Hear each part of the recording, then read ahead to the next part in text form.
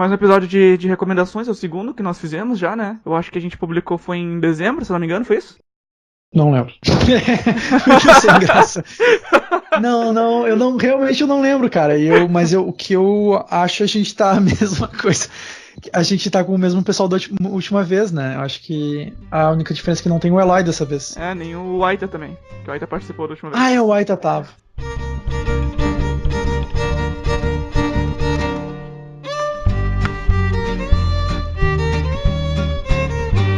E então, hoje nós temos aqui o Gui e o Brenner e eu, o Gustavo. Então, a gente vai falar cada um de um assunto específico. O Gui vai falar... Ou mais, né? Exatamente. E o Gui vai falar do The Gift, né, Gui? Are you still going to the dance tonight? Want me to show you some of my moves? No, thank you. Oh my gosh. Hey, look who's here.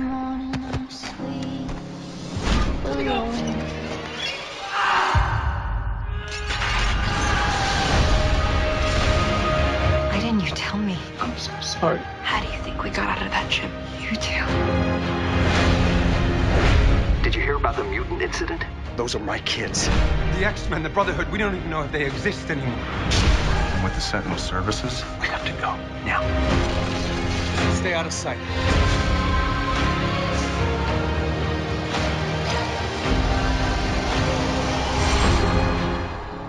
There is nothing more important to me than my family. That was when I ruled the world.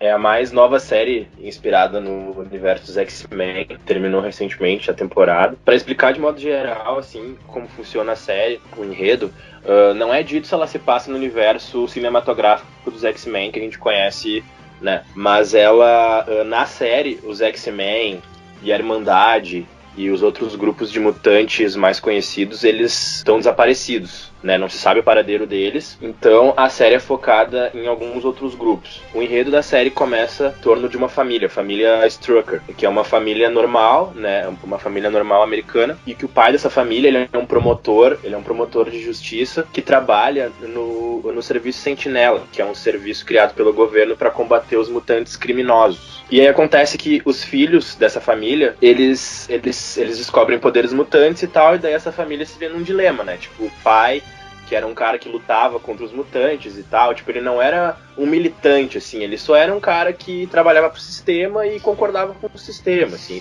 E aí eles se veem num dilema e tal, acontece uma coisa lá no colégio, que daí eles manifestam os poderes, aí causam um estrago, e aí eles são obrigados a fugir, e eles se unem à Resistência Mutante, que foi um grupo que seguiu o legado dos X-Men na luta pela sobrevivência da espécie e tal, né, tipo, eles realmente só tentam sobreviver, né, confrontando o serviço Sentinela, esse que considera a Resistência um grupo criminoso e tal. O legal da série é que ela retrata bem essa questão, né, que permeia toda a história dos X-Men desde o princípio, que é essa questão do preconceito, assim. Até acho que é uma crítica válida, assim, falar que esse é um tema já batido dos X-Men, que já foi retratado no cinema, eu concordo com isso. Talvez falte um pouco de originalidade pra essa série nessa questão. Mas o lance é todo como ela é contada, assim, sabe? É um mundo onde os X-Men, os heróis X-Men já não estão mais presentes, então são personagens jovens, e como eles lidam com tudo isso, com essa questão do preconceito, esse dilema familiar, é muito interessante, assim, e tem uns personagens muito legais, muito, muito fortes, de personalidade forte. Posso citar um dos protagonistas da Resistência, a Polaris, ela é filha do Magneto, e isso é mencionado na série. A série tem várias referências aos X-Men clássicos, à Irmandade, ao Clube do Inferno, que é outro grupo clássico dos X-Men. E se vamos partir do pressuposto que essa série se passa no universo cinematográfico do X-Men, onde é que ela ficaria? Seria tipo depois de Logan, antes de Logan? Teria como tu colocar ela na cronologia? Cara, eu acho que seria antes de Logan, porque Logan se passa em 2050, né? Não, ela se passa nos dias atuais, assim, sabe? Tipo, por isso que é um pouco complicado de tu encaixar ela nesse universo. Uhum. Ela se passa nos dias atuais e tal. Tipo, não é dito nada, mas a gente vê pela tecnologia que eles usam na série, assim. Então, tipo, sei lá, não pode ser muito no futuro. Às vezes eu fico tentando pensar e fico tentando encaixar ela, sabe? E eu acho que se for pra encaixar, ela fica ali, sabe o filme Dias de um Futuro Esquecido? Que tem aquele futuro lá, onde tem os sentinelas que estão acabando com os mutantes todos. Uhum. Talvez ela se encaixe um pouco antes daquele filme, sabe? Mas como aquele filme acabou rebutando praticamente todo o universo X-Men no cinema, então, né? Mas os produtores da série já falaram que ela se passa, tipo, no universo alternativo, sabe? É meio complicado de encaixar. Até porque a cronologia do X-Men no cinema já é toda bagunçada, né, cara? Então, se tu vai adicionar mais a série mesmo, eu acho que o mais prudente deles é pegar e dizer, não, isso aqui é separado, isso aqui é do cinema, como fez Sim. a CW, né? E como eu falei, né, como eu mencionei, a Polaris, ela é filha do Magneto. Então ela tem uma relação muito forte com um personagem que já foi, né, que já apareceu diversas vezes no cinema. E isso é dito na série, isso não é ignorado. Ela inclusive tem os mesmos poderes que o pai. Então isso é mencionado. Então é mais fácil pensar que ela faz parte de um universo alternativo. Sim. E como é que é o público-alvo, assim, cara? Ela é um pouco mais realista? Tipo, porque normalmente as séries da Marvel, pelo menos, né, elas tendem a apelar para um público um pouco mais adulto, diferentemente da Marvel no cinema. E como é que funciona isso no The Gifted?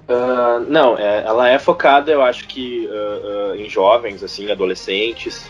Ela tem uma pegada, assim, bem teen, até pelos personagens. Muito menos que as da DC, muito menos do que Flash, Arrow e etc, sabe? Tipo, ela não é uma série tão novela, então ela é bem mais dinâmica e a história não é tão infantil, digamos assim, como essas séries da CW, mas também não é uma série adulta, sabe? Eu não posso dizer que é uma série adulta, porque até pelos personagens, porque os protagonistas são os filhos da família Strucker, que são, sei lá, devem ter em torno de 13, 15 anos, assim. E aí tem os outros personagens da Resistência Mutante ali, que tem na casa dos 20, 25 e tal. Queria destacar uns personagens. A Polaris, como eu já falei, que é filha do Magneto, e ela, né, tem os mesmos poderes do pai, né? Ela controla todo tipo de metal. E a Polaris é de litrão? Eu tava esperando essa piada, mas eu só queria saber como ele ia ser. Desculpa, gente. E a atriz que interpreta ela, Emma Dumont, é o meu novo crush da vida. Ela é muito linda, eu sou apaixonado por ela. Então eu vou deixar aqui o meu beijo pra ela, caso ela escute o podcast, né? Beijo, Emma. Te amo. Ela é muito bonita mesmo. O novo crush do mês, né? Não, esse aí vai ser pra sempre. Pra sempre. Tu tatuou até o nome dela já, né? Tatuei. Aí, outros personagens, assim como a Polaris, que existem nos quadrinhos também. Tem o Thunderbird, que é um mutante que ele tem, tipo, super força, mas não é uma super força do Superman, assim, ele só é mais forte que o normal, tipo um Capitão América, assim. Só que ele tem o corpo impenetrável também, e ele tem super audição. E esses personagens, eles são nos quadrinhos, cara? Ou eles foram feitos pra série? Que eu não conheço isso daí. Esses que eu falei agora, a Polaris e o Thunderbird, existem nos quadrinhos. Eles são meio B, assim, dos X-Men, né? Eles já participaram ativamente de histórias, inclusive tem um novo grupo dos X-Men, tem uma história dos X-Men que tá saindo agora, que acho que é o Blue X, que até a Polaris, ela lidera esse grupo, assim. Aí tem, tipo, o filho do Wolverine. Mas, enfim, é uns quadrinhos que estão saindo agora, acho que até pra, né, porque eles normalmente fazem isso, quando uma série tá saindo, fazendo sucesso, eles lançam um quadrinho com personagens semelhantes pra ajudar na divulgação e tal. Outros personagens que existem nos quadrinhos também tem a Blink, que inclusive já apareceu num filme dos X-Men, então mais um motivo que fica complicado. É aquela dos portais? Isso, aquela dos portais. É mais um motivo que faz a gente, né, pensar que não tem muito bem como encaixar a série com os filmes. E eu não assisti, como é que eles, tipo, no filme do Dias de um Futuro Esquecido, a Blink, ela tem uma participação bem interessante da dinâmica dos poderes dela e tal. Eles conseguem aproveitar isso também na série ou não? Conseguem, ela é super importante, porque tipo, né, ela é super importante pra dinâmica, porque, sei lá, às vezes precisa sair de um lugar e pra outro, né? Então, tipo, ela abre um portal, assim, eles, tipo, pra fugir do serviço Sentinela, por exemplo, pra eles pensarem em estratégias. Ela é super importante, assim, pra série. É tipo o busão da galera. É tipo isso. Mas ela ainda ela não domina completamente os poderes e tal. Ela abre os portais e é meio perigoso, porque atravessando o portal dela, ela não consegue, tipo, tem vezes que ela não consegue segurar o portal por muito tempo. Então, se tu atravessa o portal dela e ela, digamos assim, dá uma falha nos poderes, tu pode, tipo, perder um membro, tu pode ser cortado ao meio, umas viagens. Tem uma outra mutante que ela triplica o corpo dela, não sei se é exatamente esse poder, mas existem 3 versões dela, assim, e tal, que são as Irmãs Frost, lembrei agora, as Irmãs Frost, que também são vieram dos quadrinhos, e aí tem um personagem super interessante, que é o Eclipse, que foi criado pra série, que o sangue dele, em contato com os raios solares, emite raios solares, então ele consegue lançar rajadas de raio solar pela mão e tal, é bem legal, assim. Tu falou que tem menções, assim, dos personagens dos filmes e tal, mas aparece alguém, tipo, algum personagem mais conhecido, digamos assim, aparece, sei lá, o Gambit, alguma coisa assim? Não necessariamente dos X-Men mesmo, mas um personagem que seja um pouco mais conhecido, além das menções? Tem várias menções, tá? O tempo todo eles falam, porque na época dos X-Men tinha não sei o quê. Porque os X-Men nos deixaram isso. Porque os X-Men não sei o quê. Porque os X-Men se foram. Porque a Irmandade se foi. Blá. Além desses grupos que eles mencionam constantemente, o Clube do Inferno, que é um grupo de vilões também clássico dos X-Men, tem uma participação bem ativa na história da série. Assim como a Trask Industries, que é a indústria lá que cria os robôs sentinelas. É X-Men Vange, o nome dela. Vange, membra do grupo, que apareceu na série. Ela apareceu num flashback, onde ela conversa com a Polaris, onde ela recruta a Polaris para criar a resistência mutante. Ela foi introduzida em 2013, ela é um pouco recente, assim, até. E a mutação dela é que ela se transforma num dragão vermelho, é bem massa, assim, até. É uma mulher tribunita, assim, que ela consegue se transformar num dragão vermelho, tipo, B10 pra caralho, assim, e tal. E na série não mostra muito dessa mutação, mostra só ela, tipo, mudando o braço, assim, sabe? Não mostra ela virando dragão mesmo. Porque a cena que ela aparece é um diálogo entre ela e a Polaris e tal. Até porque essas séries, elas têm menos recursos financeiros pra, tipo, construir um dragão digitalmente, né? Claro, sim. Um dos problemas que eu tenho com as séries da CW, isso que eu tô assistindo Legends of Tomorrow. E, cara, tipo, os efeitos especiais são bem toscos e tal. E isso no The Gift, como é que é, cara? Funciona, mais ou menos, ou é tosqueira também? A série, ela não tem muita pretensão, sabe? Ela não abusa muito dos efeitos. Até não tem muito o que fazer de efeito, assim, sabe? Tipo, ela é bem contida nesse sentido. E eu acho que isso é bem importante para as séries, porque eles conseguem fazer muito com pouco, sabe? Eles não tentam ser uma série grandiosa com pouco dinheiro. E eu acho que isso é bem importante, assim. É uma coisa a se destacar nas séries, não só em The Gifted, como em várias outras, assim, de baixo orçamento. Porque no Flash tem uns bonecão louco, né, cara? Que, tipo, fica até feio de ver. Pois é. É que aí também eu acho que é muito demanda do público, né? Eles querem ver os poderes, eles querem ver os efeitos, aí os caras acabam meio que se obrigando a fazer coisas meio nonsense, assim, em questão de efeitos especiais. Também não é muito a proposta da série, assim, sabe? Tipo, alguns poderes eles usam, né? Óbvio, efeitos especiais pra mostrar, mas não é nada absurdo. Não é nada absurdo, assim, tipo, os portais da Blink, por exemplo, são bem legais, assim, tipo, também não é muito difícil de fazer. É uma série bem legal, bem divertida, assim, sabe? Tipo, como eu já falei, os personagens são bem fortes, cada um deles tem uma personalidade bem interessante, assim, a dinâmica deles, a combinação dos poderes, que é outra característica marcante dos X-Men, combinarem os poderes pra fazer alguma coisa, pra derrotar um inimigo, ou enfim, pra passar por um obstáculo, isso é bem interessante, é bem presente na série, e ela tem vários elementos do universo da Marvel, então pra quem gosta de quadrinhos, pra quem gosta das histórias da Marvel, vai achar vários easter eggs, várias coisas legais, que tu fica, nossa, que legal, eles mencionaram isso tá dentro do universo, é bem legal, bem interessante. Essa aí não é a primeira série do X-Men que a Fox produz, né? Eles também fizeram Legion, né?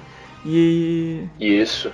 E elas têm conexão, assim? Tem uma menção com a outra, assim? Tem um universo compartilhado ou não? Não, porque Legion, ela tem uma pegada completamente diferente, né? Inclusive, The Gifted é transmitido pela Fox e Legion passa na FX, que também é um canal da Fox, mas a FX é um canal que a Fox reserva normalmente para passar séries mais de terror, assim, com essa temática mais assustadora, mais creepy, assim, sabe? Que é bem a pegada de Legion, né? Então elas não têm muita relação, elas não têm um universo. E, inclusive, Legion é uma série também baseada no universo dos X-Men, também tem menções ao universo dos X-Men, e também é difícil de encaixá-la no universo cinematográfico. Mas falando mais de Legion, assim, ela é uma série bem despirocada, ela é completamente diferente de tudo que tu já viu dos X-Men, de tudo que tu já viu dos super-herói na TV, e até mesmo no cinema, assim, eu posso dizer. Né, ela conta a história do Legion. O protagonista é o David Haller. Ele foi diagnosticado com esquizofrenia e tal, quando ele era novo. E aí ele foi internado num hospital psiquiátrico e ele vive lá nos últimos 5 anos, conhece um outro paciente lá, e aí ele descobre a possibilidade de que talvez ele não seja esquizofrênico, de que talvez ele tenha poderes, de que talvez ele seja um mutante e tal. E aí ele é levado para um instituto lá, para um lugar onde existem outros mutantes, e aí ele começa a desenvolver os poderes, a se descobrir como um mutante e tal. A série é uma loucura, assim, sabe? Tipo, é uma série... Aí que tu tinha perguntado sobre o público de The Gifted, que eu falei que é um público mais jovem e tal, já a Legion é o contrário, é um público mais adulto, assim, sabe? Acho que ela atinge bem assim a nossa faixa etária, sabe? Tipo, de alguém que gosta desses fanservices, tipo, que gosta de saber que essa é uma série baseada no universo dos X-Men e ao mesmo tempo é uma série que tu consegue desprender ela completamente dos X-Men, sabe?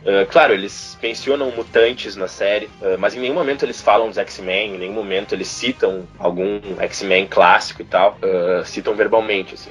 Eu também não só achei como a série em si foi uma coisa bem diferente, eu achei que os efeitos especiais não eram de baixa qualidade, como da DLC Legions of Tomorrow, que o Gustavo falou, mas eu achei que deixou um pouquinho a desejar, assim. Achei que talvez possa fazer parte da própria narrativa, que é um nonsense às vezes, porque eu acho que tem muito a ver com essa noção do que é a sanidade e o que é a insanidade, mas eu acho que deixou a desejar. Mas eu acabei vendo a série por pedaços, né? Eu não vi a série inteira, então talvez a minha noção seja um pouco diferente do que realmente seja, né? Eu queria saber o que ele diria a respeito disso. A série basicamente ela gira em torno do David e da loucura dele, assim, sabe? Da loucura e dos poderes dele, na verdade, porque ele tem um background muito grande, né? Porque o Legion, só pra esclarecer, né, ele é filho do Professor Xavier, e ele é um mutante nível ômega, que é tipo o nível mais alto na classe dos mutantes, então ele é um mutante super poderoso. Só que ele acaba descobrindo isso muito tarde, já adulto, e ele foi criado achando que era esquizofrênico, né, ele passou anos dentro de um hospício, ele acabou pegando um pouco daquela loucura de verdade, sabe? Ele não era louco, ele foi internado, e ele acabou, né, porque, pô, o cara passou 5 anos dentro de um hospício, então ele pega alguma loucura pra ele, não tem o que fazer, né? Tomando remédio e tal também, né? Isso, tomando remédio e tal. Aí a série gira em torno dele se descobrindo como um ser poderoso, descobrindo a dimensão dos poderes dele, porque ele não é um mutante normal, sabe? Ele é um mutante muito forte, descobrindo seus poderes e sendo maluco.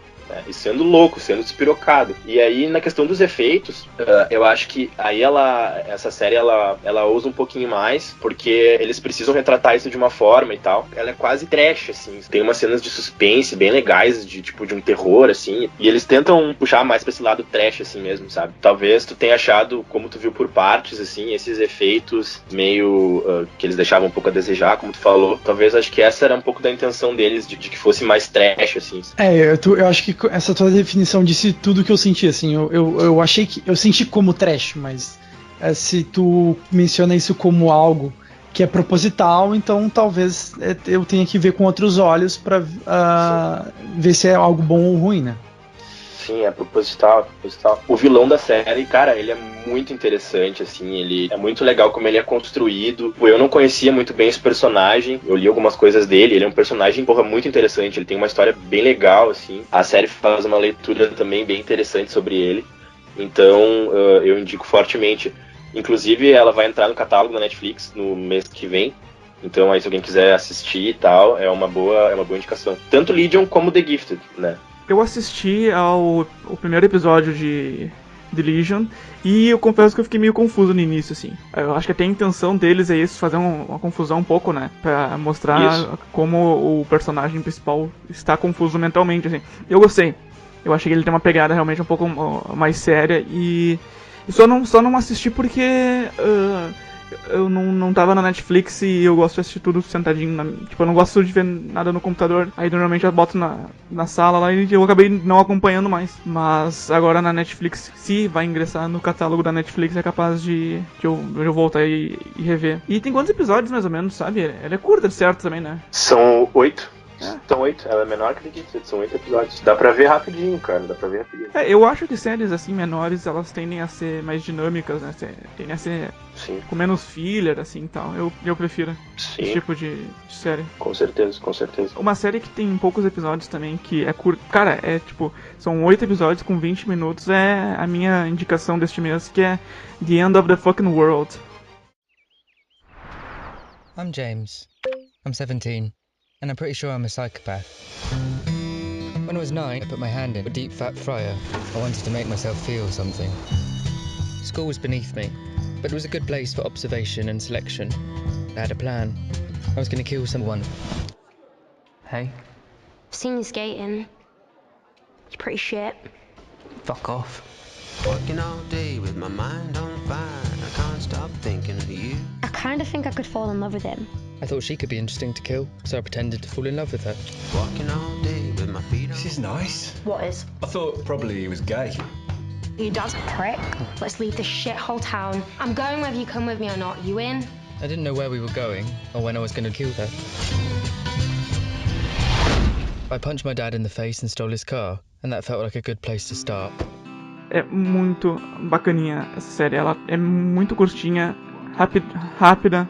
Ela é como aquele mesmo ator que faz o Shut Up and Dance do Black Mirror. Você lembra o gurizinho pedófilo aquele? Ah, sim. O resumo da série são 2 adolescentes. Um meio que acredita ser psicopata, que quando ele era criança, ele pra sentir alguma coisa, ele começava a matar animais. Ele começou matando, tipo, formiguinhas e foi crescendo até matar, tipo, um pássaro. Aí ele tá com seus 17 anos e quer matar uma pessoa para ver se de fato ele é um psicopata ou não. E aí tem a segunda personagem, que é uma guriazinha também da mesma escola dele, que ela é meio revoltada com a vida. Então a série trabalha essa dinâmica, assim, do relacionamento dos dois. A ideia mesmo, assim, é tu acompanhar as aventuras deles durante a semana. Que acontece? Eles moram numa cidade do interior do Reino Unido e a vida deles é meio que uma bosta. E eles decidem sair e ir pra casa do pai da guriazinha. E durante esse percurso, obviamente, merdas vão acontecendo. E a dinâmica da série é acompanhando o desenvolvimento desses personagens. Eles se compreendendo como pessoas e como lidar com os problemas. É bem bacana, assim. Eu pensei no início que seria uma série tipo, muito pra adolescente, onde os personagens são fora de comportamentos sociais pra agradar o público adolescente, porque normalmente nessas séries, assim, tem um apelo mais se o teu personagem for um estranho no seu local, né? O famoso estranho no ninho. É, mais ou menos isso. Se fosse um personagem com uma única motivação, quero sair daqui porque todo mundo é muito idiota, todo mundo é muito babaca, mas tu acaba, com o decorrer da série, tu acaba descobrindo que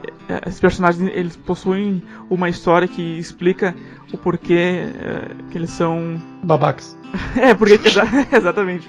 Porque que eles são babacas daquele jeito. E eles não são tão babacas assim. Tu acaba pegando uma certa empatia com os personagens, assim. Tá, Gustavo, essa série, ela é comédia, ela é um drama, o que ela é, assim? Ela tem certos momentos de comédia, tem certos momentos de drama, tem certos momentos de comédia romântica. Ela não se define num único estilo narrativo, o que acaba deixando ela mais real, né? Porque as relações humanas não são definidas apenas num único tom. Sim. Legal, interessante isso. Então não é uma série sobre o fim do mundo. É sobre o fim do mundo do que aqueles adolescentes conheciam. Sim. Na perspectiva deles. Na perspectiva deles é o fim do mundo, é o fim da estabilidade deles, né? Porque é bem divertido, assim. O James, que é interpretado pelo Alex Lauder, acho que é assim que se pronuncia o nome dele, ele é criado pelo pai. E o pai dele, eu me identifiquei muito, ele faz aquelas piadinhas de pai idiotas. Tipo, no episódio, o piloto, ele faz... Tu te identificou com o pai do personagem que faz piadinha idiota. Porque... tipo, uma piadinha que ele faz no início acho que é no primeiro episódio, dando um flashback do guri com 6 anos de idade, conversando com o pai. E aí o pai levanta a mão direita e pergunta assim, por que a rainha não abana com essa mão? Porque essa mão é minha. Eu me identifiquei com esse pai, assim. Que nem a Polar é uma cerveja, a personagem da série. Exatamente. Cara, eu só não sou o tiozão do churrasco porque a minha irmã não tem filho, né? No início tu não sabe o porquê que a mãe do guri morreu, ele não conta, ele meio que tenta esconder isso, dizendo que a mãe foi pro Japão. E isso a morte da mãe explica todo o porquê do guri precisar sentir alguma coisa, né? É a partir daquele momento que ele não tem mais tantos sentimentos de alegria ou medo, ele fica meio que num estado de sem emoção. Existe isso, Brenner? Tipo, na realidade, onde tu fica meio sem sentir nada. Apatia? É, uma apatia. Isso não é um termo muito técnico, mas funciona pro que tu tá dizendo. Ele funciona porque, de fato, ele fica não sentindo nada. Vou falar isso que não é spoiler porque é o primeiro episódio. Pra ele sentir alguma coisa, ele pega e coloca a mão numa frigideira com óleo quente. Uhum. E ele meio que tem a mão toda errada por causa disso. Eu não sei se isso é uma coisa muito fantasiosa, que se existe algum tipo de pessoas que, tipo, no mundo real isso aconteceria, esse tipo de coisa, assim? É possível que um evento traumático ocasione isso? Cara, essa coisa da frigideira eu acho que é uma coisa muito específica, mas tu não conhece história de pessoas que se machucam numa forma de sentir alguma coisa? Pessoalmente não, mas eu já li casos assim que de fato acontece. Não necessariamente precisa até ler, mas até a dramaturgia mostra se cortar pode ser um exemplo disso aí, né? Acho que talvez essa forma seja uma forma que agrida mais o telespectador olhando uma pessoa botando a mão dela numa frigideira escaldante, né? Mas não é algo incomum, assim, muitas pessoas têm essa atitude, esse comportamento, né? E até eu me lembrei, vendo essa cena, eu lembrei daqueles indianos que não usam luva pra afetar as coisas, sabe? Já vi. Se o cara fosse indiano, não tinha sofrido tanto, né, velho? E a guriazinha, que é a Alyssa, que é interpretada pela Jessica Borden, eu não conheço nenhum trabalho anterior dela, então não posso recomendar nada que ela tenha feito. Também não conheço. A família dela seria a família perfeitinha, assim, que é ela, o padrasto, 2 filhos perfeitos, e ela meio que fica fora desse ciclo. Ela meio que é renegada, que o pai dela é de um outro casamento da mãe, então eles tentam meio que excluí-la da família. E o padrasto maltrata ela psicologicamente, falando tipo do corpo dela, que não, até que tu não é tão de se jogar fora, esse tipo de coisa. Ele te trata ela muito mal, assim, e deixando ela se sentindo fora da família. Sim.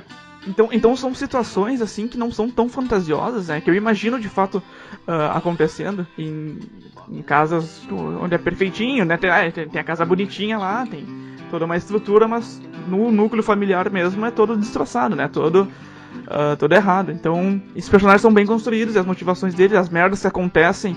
Eu imagino que adolescentes, de fato, com alguns problemas na casa, também recorreriam a esses métodos pra... Claro, às vezes tem um exagero um pouco mais a sério por questão de dramaturgia, mas eu acho que é bem legal, assim, e são 8 episódios de 20 minutos, então numa sentada tu consegue assistir num domingo, ao invés de ver Fantástico, tu assiste The End of the Fucking World e curte, assim. É original da Netflix e estreou este ano, se eu não me engano, tiver. Acho que é esse ano, sim. E ela tem uma história fechada, assim, ou ela vai ter uma segunda temporada? Não, ela é bem fechada, assim. Apesar do final ser um pouco ambíguo em até certo ponto, cara, se eles se esforçarem muito, assim, se desse muito dinheiro, eles poderiam dar uma segunda temporada. Mas eu acho que a história se fecha, fica num ciclo bem fechado, os personagens ficam bem... fica tudo muito fechadinho, entendeu? Tu pode ter uma interpretação sobre o que acontece com o James, mas eu acho que não caberia. Tu acha que essa série ela tem um princípio de causar como posso, identificação do telespectador? Tu te identificou muitas vezes com o personagem? Porque, como tu disse, a personagem tinha essa questão de problemas familiares, etc. E eu acho que isso é uma mudança muito de como funciona a própria a mídia, né? Que anteriormente ela tinha um conceito familiar muito concretinho, onde que o pai era aquele acolhedor, ele resolvia os problemas. Tem toda essa coisa mais família tradicional, assim dizendo. E hoje em dia as séries têm mudado muito isso. E essa série tem mostrado. Tu falou muito dessa questão dos jovens que não querem mais ficar nessa cidade. Tem toda essa sensação. Tu se sentiu identificado com esses personagens em certos aspectos? Ou tu ganhou a série por causa que tu achou o enredo legal, etc? Eu acho que é uma mistura dos dois, cara. O roteiro ele é muito fechadinho, assim, ele explica tudo... não explica não, ele constrói tudo muito bem. E em alguns momentos, sim, eu me identifiquei com os personagens, porque eu acho que todo mundo, como adolescente, teve as suas inquietudes e que as suas discussões, onde tu pensa que todo mundo te odeia, ou onde todo mundo, tá contra ti, e que o mundo conspira contra o teu sucesso, né? Então, eu acho que todo mundo que passou por isso e que teve algum problema familiar, né? Eu, felizmente, nunca cheguei ao ponto ao ponto dos personagens, assim, né? Eu acho que são as duas combinações, tanto o enredo, que todas as motivações dos personagens são explicadas, e todos os atos que eles fazem faz sentido com a narrativa construída, e também porque os personagens são realmente bem reais. As motivações são muito factuais. Como tu falou, as séries tendem a ser cada vez mais realistas e ter mais uma motivação baseada nos problemas simples, né? Porque não é uma coisa... Tipo, essa série, ela não é uma série grandiosa.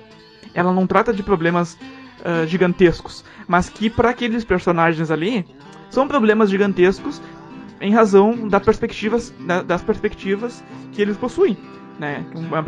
Uma perspectiva de um personagem que mora no interior, que sempre viveu no mesmo lugar, sempre com a mesma vida. Eu acho que até o próprio nome da série, né, é sim o fim do mundo para aqueles personagens, né? É fim de como eles conhecem as coisas, como o universo deles gira em torno. Por essa temática um pouco mais desenvolvida que me atraiu e que fez eu assistir a série basicamente maratonando. Eu peguei, acho que foi num sábado à noite, aí eu peguei, vou assistir isso aqui e não consegui parar. Sim. E qual é a classificação etária dela? Eu não sei se existe classificação etária na Netflix, cara. Eu não sei se tem outro... Existe? Não, na verdade. Não, acho que não, assim... Mas ela é... Qual é o público-alvo? Eu classificaria a partir de 16 anos, assim, porque ele tem um certo gore, assim, ele tem uma temática... Ele trata sobre sexo... a personagem, ela é menor de idade, mas ela é sexualizada em vários pontos. Não é pra o público adolescente abaixo de 16 anos, assim, eu não indicaria. Uhum. Só pra ter uma ideia, no IMDb, ela tá com 8.4. Boa nota. É uma nota muito boa. Sendo que o episódio piloto tem 8.1. O episódio 1, na verdade, né? E o último tem 9. Então, pra tu ver que é um episódio com uma série com uma crescente. Não, sim. Tem uma coisa que me incomodou muito, assim, que foi o físico do James. Cara, ele é muito magro, velho. O cara, tipo, se eu botar na internet a imagem, ele é muito magro, assim. Isso me dá uma agonia assistindo a série. Mas, cara, tu prefere que ele seja... que ele tenha quadradinho como todo personagem da TV ou da série, ou por exemplo o Arrow, que até o mendigo tem um six-pack, ou tu prefere que ele seja mais próximo da realidade, mesmo que seja um pouco esdrúxulo por causa do excesso de magreza do personagem? Não, eu acho que é muito bom que ele seja magrinho, que ele seja sequinho, porque dá um choque de realidade, tu entende? Tu acaba escapando um pouco da estética hollywoodiana, porque como ele é... Exato, eu acho isso algo muito positivo na realidade. Sim, eu acho positivo também, mas a agonia não necessariamente é negativa, né, cara? Entendi. Eu acho que às vezes um choque de realidade é muito bom. Pois é, eu ia até te perguntar, tu conhece mais pessoas com six-pack ou tu conhece mais pessoas magras ou acima do peso? Eu conheço mais a segunda opção, né, cara? Tirando eu aqui, que eu tenho six-pack. Meus 8-pack, né, cara? Tem 12 packs. 12 packs. Tirando eu, não conheço mais ninguém com esse abdômen tão definido.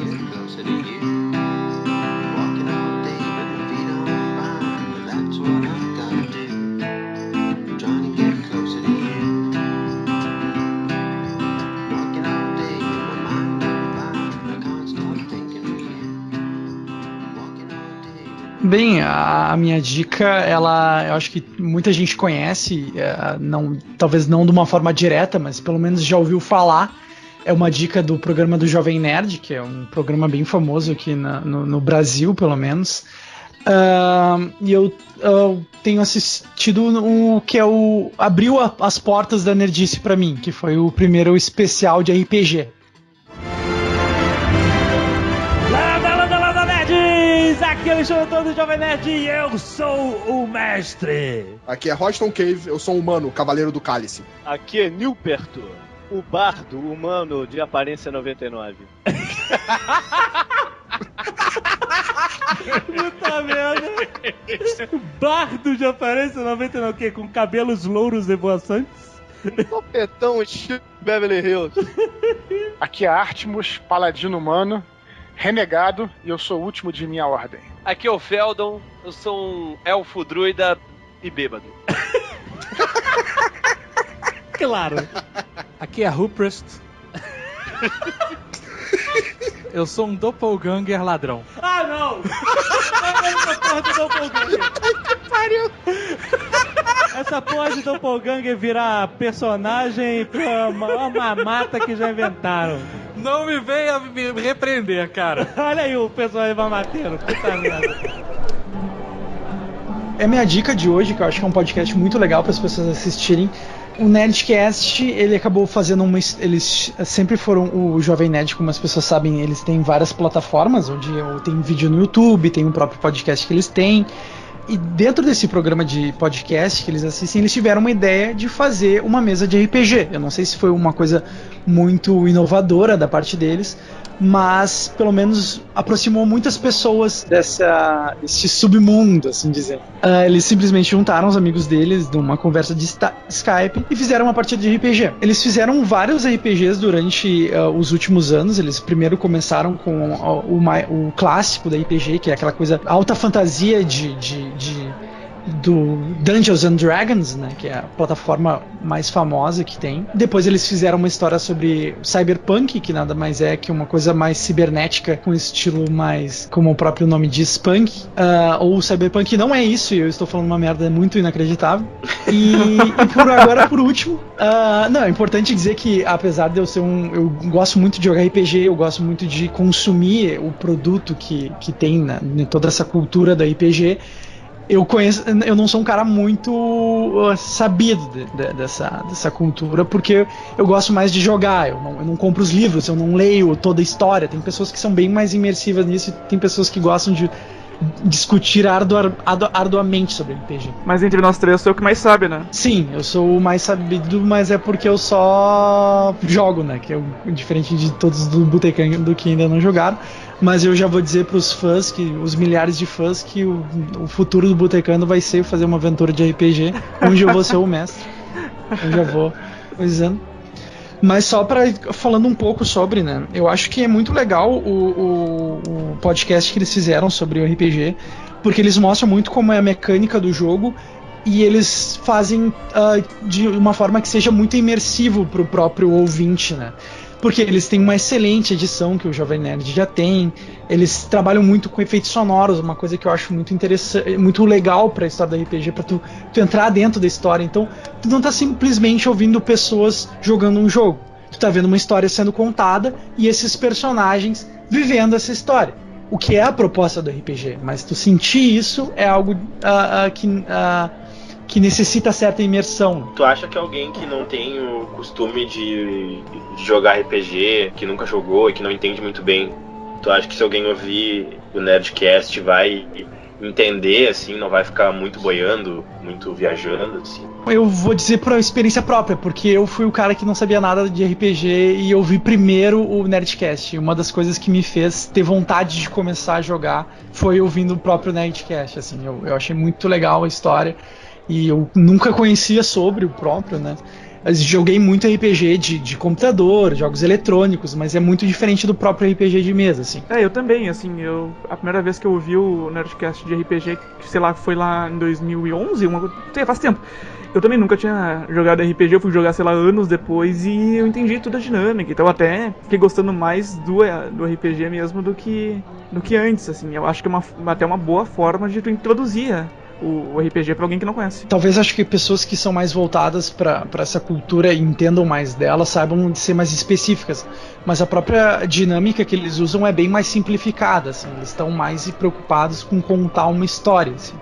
Eu acho que é mais fácil tu ver o próprio o Nerdcast de RPG do que outros programas, que hoje em dia tem vários programas de RPG que podem ser um pouco mais específicos, assim. Acho que ele é muito light, assim dizendo. Eles têm uma dinâmica de dados mais simples, que o RPG ele tem vários tipos de dados diferentes com quantidades de lados, por exemplo.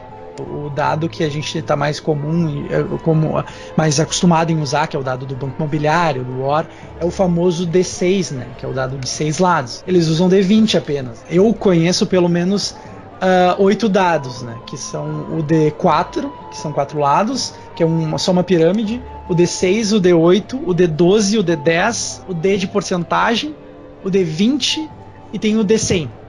Eu acho que deve ter, sei lá, o que mais de dados. Acho que isso é uma cultura, um universo muito amplo, as pessoas acabam tendo vários tipos diferentes, né? Eu acho que eles têm 3 histórias diferentes, como eu tinha dito. Eu sugiro as pessoas ouvirem a primeira história, que é a de D&D, a mais de fantasia, assim, de medieval, porque eu acho uma história um pouco mais light, eu acho ela mais simples. E eu acho que pra quem não conhece muito vai gostar mais.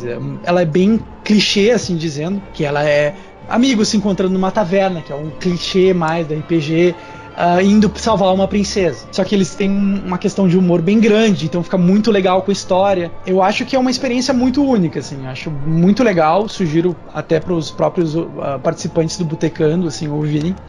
E essa é a minha recomendação. E eu também espero que isso seja uma porta de entrada para as pessoas para usarem drogas mais pesadas, né? Que é jogar o próprio RPG de mesa. Que eu acho que não é só um entretenimento de jogo, mas eu acho que ela é muito construtiva em vários aspectos. Eu já vi estudos que falam como usando o RPG para pessoas com problemas de ansiedade social, sabe? Uma forma deles usarem o próprio roleplay, que é a atuação da RPG, para fazer pessoas que têm muita ansiedade em se expressar, em falar com outras pessoas, como uma forma delas, a partir interpretando esse personagem, elas consigam quebrar essas barreiras que elas têm, sabe? RPG é um exercício muito legal, cara, de tu meio que escapar da realidade de uma maneira muito imersiva, ainda mais quando as pessoas estão dispostas a isso, né, e levam a sério esse tipo de coisa. E o Nerdcast RPG, como ele tem toda uma ambientação, pela edição muito bem feita que eles fazem, pela música, pela ambientação, se tu ouvir de fone de ouvido, tu não tem como não ficar imerso, né? É uma dinâmica muito interessante. Eu acho que o RPG, até por questões pessoais, eu queria até investigar mais sobre isso, porque eu acredito que se fosse implementado nas escolas seria muito produtivo, porque o RPG ele é um sistema que ele tem regras, e para tu entender essas regras, tu precisa estudar essas regras. Ensina as pessoas a estudar de uma forma muito lúdica, o que é muito diferente do que no é apresentado. A gente sempre vê como uma obrigação, uma coisa chata pra caralho, que a gente não vai usar nunca. E eu acho que o RPG ele modifica um pouco isso. Não que a pessoa vai ser um super gênio, mas quem sabe que ela aprenda mecanismos que ela possa usar para poder estudar, né? O RPG ele usa constantemente cálculos, são cálculos simples, mas eu acho que é uma excelente forma de exercitar o cérebro. Então eu só vejo prós nessa atividade, né? E é um jogo coletivo, né, cara? Tu precisa ter interação entre todo mundo, então até como forma de interar aquelas pessoas que são um pouco mais tímidas, esse tipo de coisa, né, como tu até havia mencionado. Exato, tanto é por isso muito que ele sempre foi associado a essa cultura dos nerds, né, tanto que o próprio Jovem Nerd, que é um grupo de pessoas nerds, jogavam muito, né. Tu ouviu o último episódio, cara? O que tu achou? Call of Cthulhu, que é a terceira história. Ele é o RPG mais bem feito das histórias que eles fizeram. Primeiro, eles usaram um mestre de RPG, que é o cara que narra a história. Um cara que ele é um escritor, né? Então ele é mais adequado para isso que o Jovem Nerd. Então ele sabe fazer uma narrativa melhor. Para quem não sabe, o Call of Cthulhu ele é um sistema de RPG baseado nos mitos criados pelo Lovecraft, que é uma referência de narrativa de terror. Então, por ser um jogo de RPG de terror, ele exige uma narrativa mais complexa e mais imersa, porque tu não simplesmente está fazendo os jogadores jogar uma historinha, mas tu precisa fazer que esses jogadores sintam medo, e eu acho isso muito difícil de fazer. Então ele é mais difícil de fazer RPG, e quando bem feito, ele é muito legal. O meu favorito é o primeiro, porque eu acho que eu tenho até um carinho mais especial por ele. Eu acho que ele é mais engraçaralho, então me diverte muito, eu sempre fico muito contente ouvindo. Mas eu não tenho dúvidas que o Call of Cthulhu foi o melhor que eles fizeram, por diversos aspectos. Eu acho que foram mais profundos nessa história. as perdas foram mais impactantes. Eu acho que eles também... eu acho que o Jovem Nerd, como um mestre, ele até foi um pouco permissivo em pró da história, né? Ele acabava liberando certos acontecimentos para dar certo o que ele queria contar, porque ele, de fato, ele tinha que fazer um podcast para o público dele. E eu acho que nesse Call of Cthulhu foi um pouco mais rigoroso, e eu acho que isso torna a experiência mais legal, né? E eu acho que ficou também, diferente dos outros, uma atenção para o que vai acontecer no final. Se eu fosse dar notas, eu diria que foi o melhor, né? Mas não é o meu favorito. Eu tava ouvindo o Nerd Office dessa semana, ou semana passada, não importa. E eles dizendo que de áudio bruto eles tinham cerca de 11 horas. Meu Deus. E o podcast teve 3 horas. E cerca que o Azaghal e o Jovem Nerd, cada um trabalhou mais ou menos 150 horas na edição do podcast, em questão de revisão e de cada um editou a sua parte. Um trabalho incrível, assim, em questão de edição, em questão de imersão. É um exemplo para qualquer um que edita e que faz esse tipo, que faz conteúdo nessa mídia. Sim, mas também tem que ver que o RP, talvez eu esteja errado, mas pelo que eu tenho percebido nesses últimos anos, é que o Nerdcast RPG é um dos mais esperados, né? E o que, como acontece uma vez por ano e é sempre numa data específica, ela já tem um padrão, assim, já é algo... talvez o Nerdcast de ouro deles, né? Tanto que o Cyberpunk não deu muito certo e houve muitas críticas neles, foram muito pesados nisso, né? Porque eu acho que tem uma expectativa muito grande dos fãs do próprio Nerdcast, né? Se eu não me engano, é o episódio mais baixado deles, né? Em geral, tipo. Sim, com certeza. É que eles não simplesmente jogam, né? Eles estão fazendo uma superprodução, né? Porque eles têm áudios, eles estão contratando dubladores profissionais para fazer certas narrações, para interpretar certos personagens. Não são simples. Sim, ela já é mais elaborada, assim. Como o Nerdcast sempre teve essa questão geográfica dos próprios participantes, eles acabam sempre usando o Skype ou qualquer outra ferramenta que eles podem usar de conversa online. Eu não sei se é necessariamente o Skype. Mas eles não apenas jogam, né? Eles fazem uma história. Eu já ouvi alguns podcasts de contos, agora vai me falhar o nome, mas talvez eu coloque o link no post.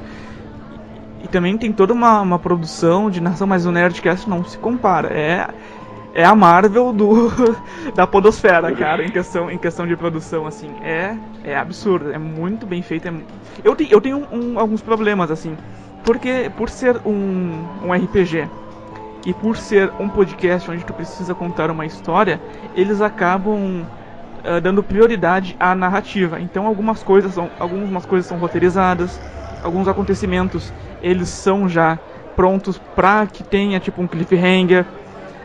Algumas piadas também. Tu acaba perdendo um pouco do roleplaying ali em favor da mídia podcast, em favor do entretenimento, porque às vezes o RPG ele não é tão dinâmico assim, né? Ele não tem tantos pontos altos, ele não tem todo esse dinamismo que apresenta no podcast. Sim, eu concordo, mas eu também vejo isso muito como é a proposta do próprio RPG que eles fazem, porque como um ouvinte, talvez tu te importa mais com a história que está sendo contada do que a vivência dos jogadores, né? E eu acho que todo jogador de RPG dentro da sua mesa, ele vai ter um carinho especial, mas quem tá de fora vai ficar vendo um monte de maluco fazendo cálculo, né?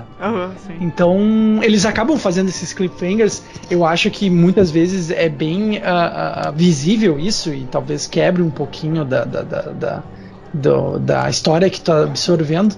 Mas eu acho muito importante eles se focarem nisso, né? Porque senão se perde como ouvinte. Sim, porque tu acaba dando mais atenção à dinâmica do jogo e acaba perdendo um pouco da narrativa. Que ela é muito parada, por sinal. Caso quem ouça não tenha ouvido, nunca jogado uma partida de RPG, eu vou dizer por experiência própria que um jogo de 3 horas é um jogo muito curto, que tu não consegue jogar quase nada.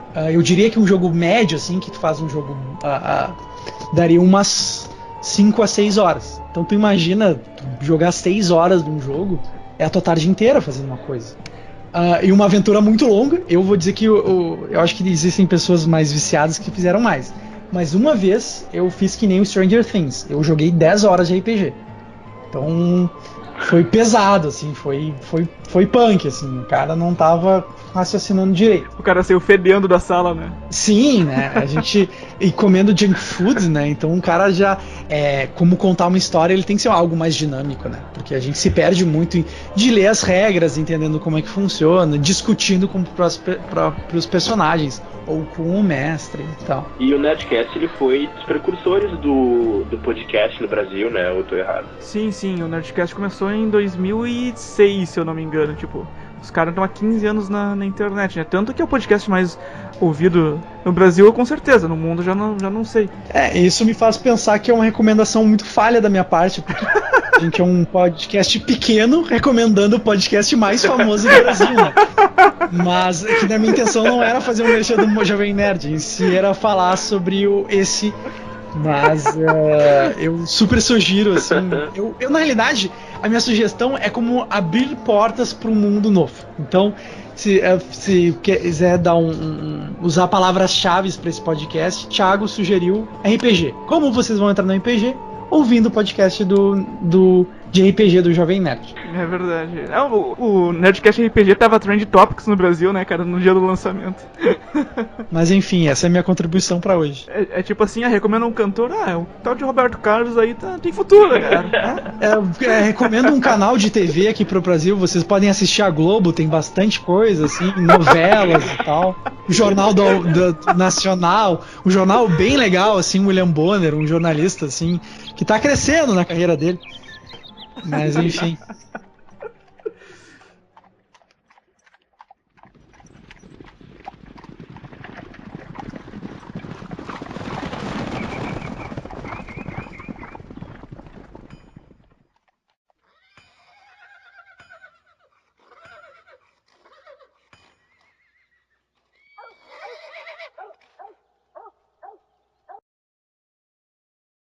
Tu chegou a assistir isso daí, Brenner? Não, eu não assisti essa série, mas por curiosidade eu fui procurar alguns vídeos, assim, acho que... Eu vi que a série apelou muito pra essa questão mental, porque o personagem é um personagem que ele tem certos problemas, ele é esquizofrênico, se eu não estou enganado. Isso pode dar um tom interessante pra série, mas pelos vídeos que eu vi, eu achei mais uma maluquice do que uma coisa que eu falei assim, uau, assim, eu queria ver que o Gui, que viu a série inteira, não viu por pedaços que nem eu, teria pra dizer sobre essas coisas dos efeitos, de como a trama se relaciona, etc. Tá, tu tá falando de Legion, né? Sim. Tá, não é que eu tava falando de The Gifted ainda. Sério? Sim, caramba. Bom, meu... O cara dormiu. Tá, isso aí te edita depois. Não edita nada. O Gui a foto vai ser um robozinho por causa do voz assim. E eu vai ser um cara que não dá pra prestar atenção, sei lá.